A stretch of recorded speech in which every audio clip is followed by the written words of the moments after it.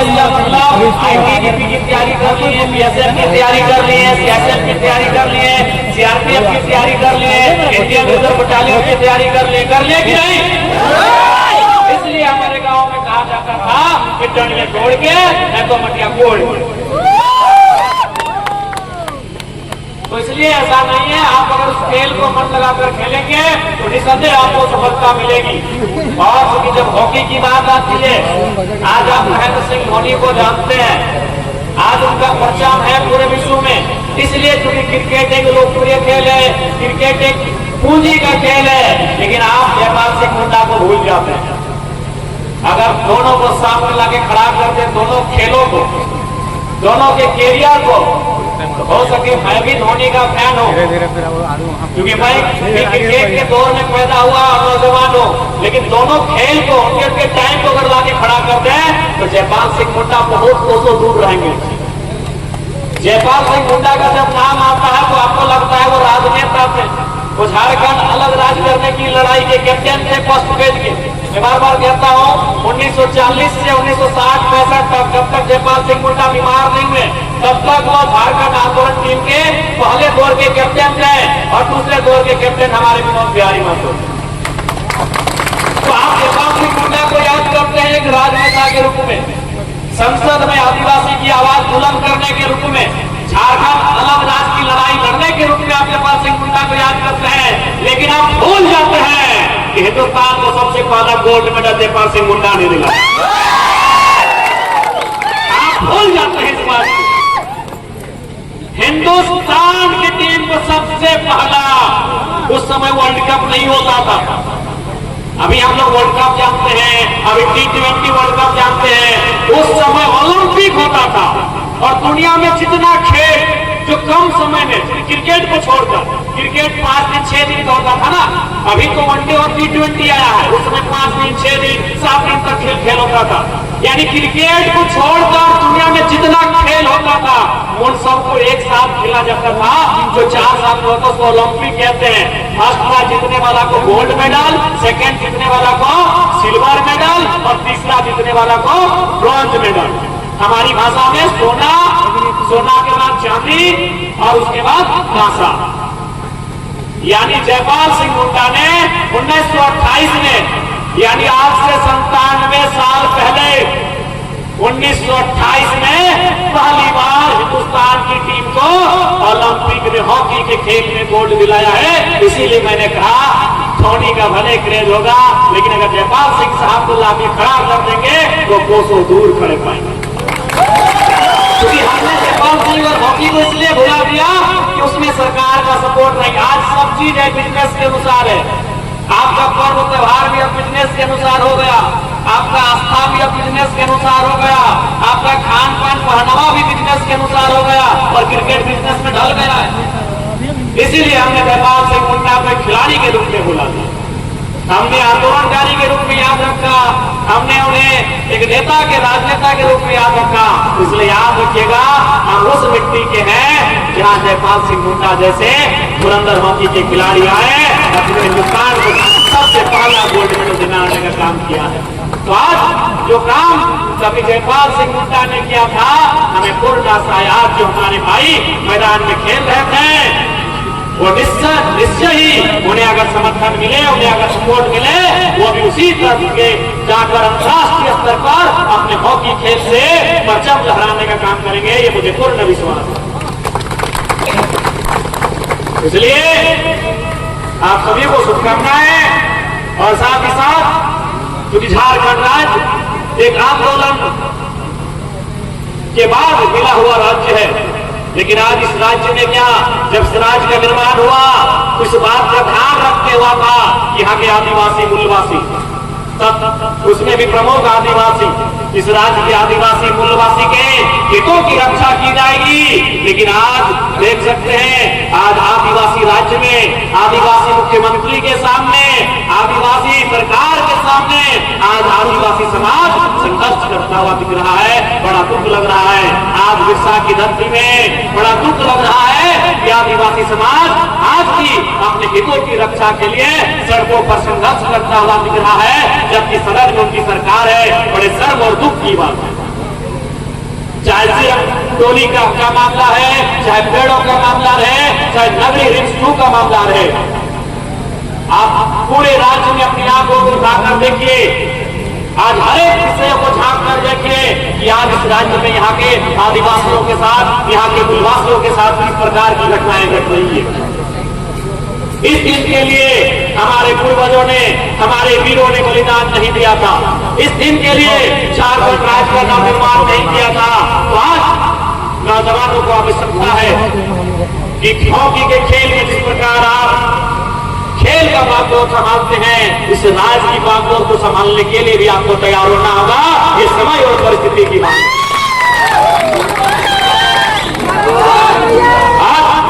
कितनी तकलीफों के बाद, कितने संघर्षों के बाद, कितनी कुर्बानियों के बाद झारखंड राज्य मिला, लेकिन आपसे छुपा नहीं है। आज हमारे यहाँ के नौजवान प्रदेशों में जा रहे हैं, आज हमारे यहाँ के नौजवान विदेशों में जा रहे हैं। अरे नौजवान को छोड़िए, आप पुरुष मर्द मर्द की तो छोड़िए, अब हमारी माएं, हमारी बहनें भी दिल्ली बंबई में जाके भाई का काम कर रही हैं। और आंकड़े कहते हैं सबसे ज्यादा दक्षिणी छोटा नागपुर का हिस्सा, सबसे ज्यादा, चाहे वो सिमडेगा रहे, गुमला रहे, लोहरदगा रहे, इन 4 जिलों में सबसे ज्यादा हमारी बहनें आज पलायन कर रही हैं। और वो जाकर डॉक्टर वकील का नहीं, गाय या नौकरानी का काम जाके कर रही हैं। ये कितना चिंताजनक और कितना दुर्भाग्य की बात है इस राज्य की। इसलिए मैं आज गुमला की पावन धरती से मैं राज्य की सरकार को भी एक संदेश देना चाहूंगा कि आप केवल अखबारों में और आपके बयानों में अफवाह विषम अफवाह राज नहीं, धरातल पर दिखना चाहिए अफवाह विषम अफवाह राज का। आज कल कोई सत्ता पक्ष सरकार का कोई नेता मंत्री आके आपको कहेगा ये अफवाह विषम अफवाह राज है, तो उनसे पूछिएगा कि जब 64 डीएसपी को प्रमोशन दिया गया तो 40 लोग बिहार से कैसे आ गए? ये कौन सा हुआ विषम, ये कौन सा हुआ राज? न मैंने बार बार कहा कि लोग मेरे बयानों को अपने सामने रख के कहेंगे कि हम बागी बिजली की बात करते हैं। बिल्कुल नहीं, हम झारखंड के हितों की बात करते हैं। 64 में अगर 10 डीएसपी यूपी बिहार बंगाल के होते हमें कोई आपत्ति नहीं, 50 हमारे झारखंड के होने चाहिए थे। तो क्यों न हम अपनी आवाज उठाएं, क्यों न हम प्रतिदान करें, क्यों न हम विरोध करें? हमने इसलिए झारखंड राज्य नहीं बनाया था। 64 में 40 आप लेंगे, हम इसलिए झारखंड राज्य नहीं बनाया था। इसलिए कोई बात बिजली की लड़ाई नहीं है, ये झारखंड के हितों की रक्षा के लिए लड़ाई है। मैंने चुनौती भी दिया, ये जिनको लगता है हम बागी बिजली करते हैं, अभी बिहार में चुनाव होने वाला है।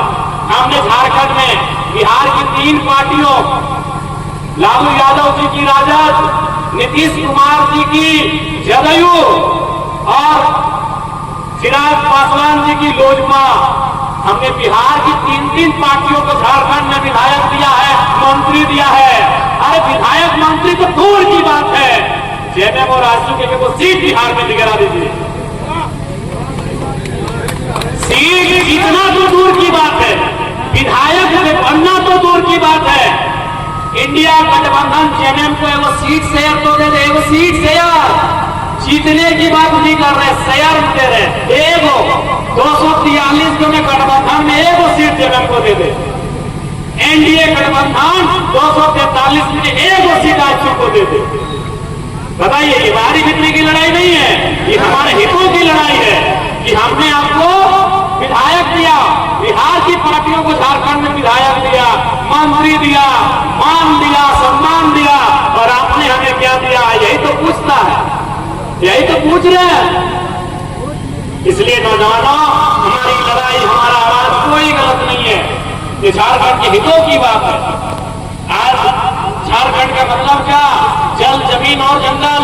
आज आप जाके देख लें, आपके जमीनों में क्या नहीं है। कहीं कोयला का खदान है, कहीं बॉक्साइट है, कहीं आयरन है, तरह तरह के खनिज तत्व हैं, लेकिन आप क्या कर रहे हैं? वहां मजदूरी करने का काम कर रहे हैं। आज पेशा कानून की बात आ रही है। आज 1996 में तैयार हुआ पेशा कानून, आज तक झारखंड से अछूता रहा। इसका कारण यही है कि पेशा का मतलब कोयला बालू पत्थर में यहाँ के आदिवासी मूलवासियों का राज होगा। और ये क्यों चाहेंगे, ये क्यों चाहेंगे? भले मुखौटा माननीय मुख्यमंत्री हेमंत सोरेन जी का है, लेकिन आपको भी मालूम है, आप अगर उनसे मिलने जाएंगे तो अपॉइंटमेंट लेना होगा। गुजरात से अडानी साहब विशेष फ्लाइट से उनसे मिलने आ गए। ये बहुत गहरी साजिश है इस राज्य के साथ। आज इस राज्य में आप कहीं चले जाइए, आपको मेरी बातें लग रही है कि हम चूंकि हम लोगों को गुमराह करने, तो कहीं चले जाइए, आप रांची चले जाइए, आप वहां एचईसी का हाल जानिए। एचईसी यानी ऐसे ऐसे सैकड़ों खेल के मैदान, ज्यादा ये जो खेल का मैदान आप देख रहे हैं, बाबा कार्तिक उरांव महाविद्यालय हॉकी मैदान, ऐसे ऐसे हजारों खेल के मैदान एचईसी में है। वो जमीनें किनकी? झारखंडियों की। आज भी वो लोग संघर्ष कर रहे हैं, आज भी वो लोग न्याय मांग रहे हैं, आज भी लोग अपना हक मांग रहे हैं। इसलिए आज हमारी लड़ाई, हमारे विषय, आप हमसे आज सहमत हो सकते हैं, आप हमारी आलोचना कर सकते हैं, आप हमारा विरोध कर सकते हैं, लेकिन हमारे जुबान से निकली हुई एक एक वचन का भी आप विरोध नहीं कर पाएंगे। कि आज झारखंड की जरूरत है। हो सकता है इसी भीड़ में आप विधायक जी के लोग होंगे, एक लोग आप सांसद जी के लोग होंगे, हो सकता है आप हमारा विरोध कर सकते हैं, कोई आपत्ति नहीं, लेकिन मैं जो कह रहा हूँ, आप में है हिम्मत तो उसका विरोध करके दिखाइए। संभव नहीं है। के पास झारखंड के मुद्दों की बात है। आज अगर ये लोग नहीं चेतते हैं, ये सत्ता, ये सरकारें अगर आज नहीं चेतती हैं, तो जो हाल आज रांची का है, राजधानी चले जाइए, वो जमीनें किनकी थी? आदिवासियों की। आज वहाँ प्रदेशों से आए हुए लोगों का एक बहुत बड़ा साम्राज्य खड़ा हो चुका है। आदिवासी लोग आज मत्था खा चुके हैं, आज मत्था खा चुके हैं।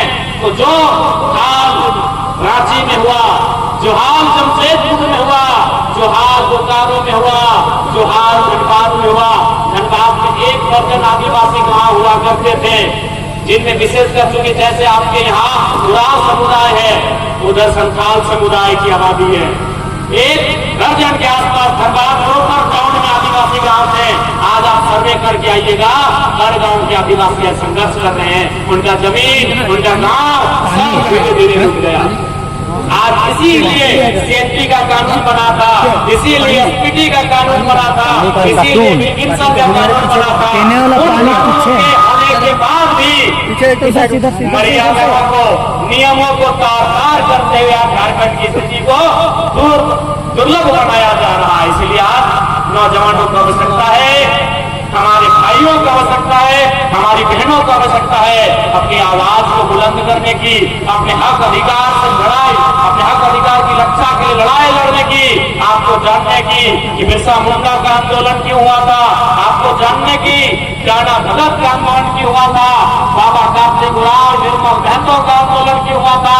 आज आपको अध्ययन करने की आवश्यकता है। आज भी हम उसी दौर से गुजर रहे हैं, जिस दौर को लड़कर, इस दौर का सामना करके हमारे पूर्वजों ने झारखंड राज्य का निर्माण किया था। इसलिए आज आपसे आवश्यकता है एकजुट होकर अपने संघर्ष करने की, अपने हितों को जानने की।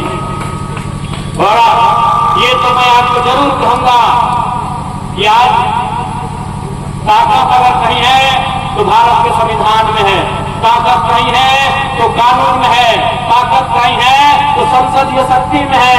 इसलिए आज आपको आवश्यकता है नए नेतृत्व को तराशने की, आपको नए नेता बनाने की। आज आप देख सकते हैं पूरे विधानसभा में एक नया विधायक गया है, सबकी बोलती बंद है कि नहीं, आप घर से बैठ पूरे विधानसभा के सत्र को अपने घर से, अपने टेलीफोन में, अपने मोबाइल में घर में बैठ कर देखा होगा कि जब दुर्गी विधायक जयराम महतो सवाल करते थे, इरफान अंसारी से जवाब देने मुख्यमंत्री हेमंत सोरेन को खड़ा होना पड़ता। या आपने एक बार नहीं, तीन बार हमने सवाल किया सड़क नियोजन मंत्री से, बचाव में खड़े हो गए पर्यटन मंत्री। एक बार नहीं, 3 बार आपने देखा होगा एक विधायक के तेवर का सामना करने के लिए उन्हें 2 मंत्रियों को सहारा लेना पड़ा। इसलिए आज इस दिन के लिए इंतजार करिए और उस दिन की तैयारी करिए जब ऐसे ऐसे नौजवान दर्जनों की संख्या में झारखंड विधानसभा एक विधायक से इनका इतना हालत खराब है, एक विधायक से इतनी परेशानी है तो सोच लीजिए जब दर्जनों विधायक वहां प्रवेश करेंगे इस राज्य की हालत क्या होगी आज। और देखिए उनका खुन्नस देखिए, उन विधायकों का हमारे प्रति दुर्भावना देखिए। अभी विधानसभा में मैं अपना इंटरव्यू देके आ रहा हूँ। विधानसभा का अपना एक निजी चैनल होता है जिसमें डिबेट होता है, उसी को में से देखते हैं। वहाँ सभी विधायकों का इंटरव्यू लिया जाता है।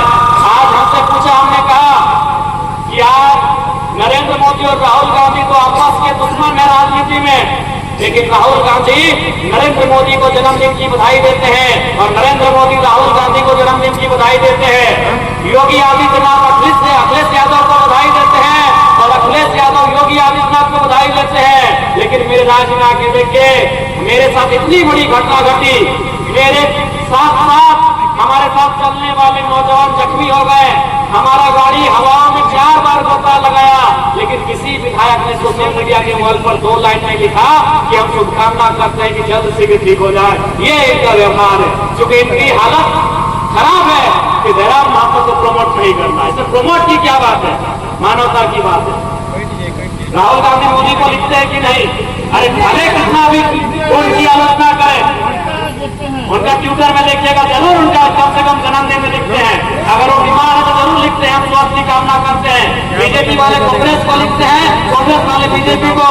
लेकिन इस राज्य में एक विधायक का हिम्मत नहीं हुआ, इस नौजवान विधायक के बारे लिख दे, इसका पूरा गाड़ी हमारे क्षतिग्रस्त हो गया है, इसके 1 दर्जन से ज्यादा साथी गार्ड सहित घायल हो गए हैं, लहूलुहान हो गए हैं, सर फट गया है, हाथ टूट गया है, पांव टूट गया है, लेकिन किसी विधायक ने एक बार पोस्ट नहीं किया। ये बता रहा है कि जयराम महतो किस इरादे के साथ निकला। ये आपको समझने की देरी नहीं लगेगी, किसी ने नहीं लिखा। एक दिन नहीं, हमारे साथ कई घटनाएं घटी। चाहे 1 बजे रात को जब मर्डर हो गया तो बड़ा बाबू पुलिस से पहले जयराम महतो को वहां चला जाना, वहां भी किसी ने नहीं लिखा। यहाँ तक कि हमारी मां को लेकर एक विधायक ने आप सबसे कहा, लेकिन कोई विधायक हमारे सामने आके खड़ा नहीं हुआ कि हम इसका भर्त्सना करते हैं, हम इसकी निंदा करते हैं। अगर कोई दूसरा विधायक दूसरे दल का होता, उनके पार्टी का होता, तो पक्ष विपक्ष वाले भी जरूर लिखते हैं कि अगर आप इलाज कर रहे हैं, आप इलाज ठीक हो जाए, कामना करते हैं। लेकिन हमारे लिए 2 शब्द नहीं लिखते। क्यों? उसको हमसे नहीं, हम जिस तरीके से पॉलिटिक्स में आए हैं उस तरीके से तकलीफ है, हमसे नहीं, हमारे तरीके से इनको दिक्कत है पॉलिटिक्स में। क्योंकि हम कहां से आए, हम उस परिवार से आए जहां 5,000 रुपए का पेंशन आता था, नौकरी नहीं पेंशन।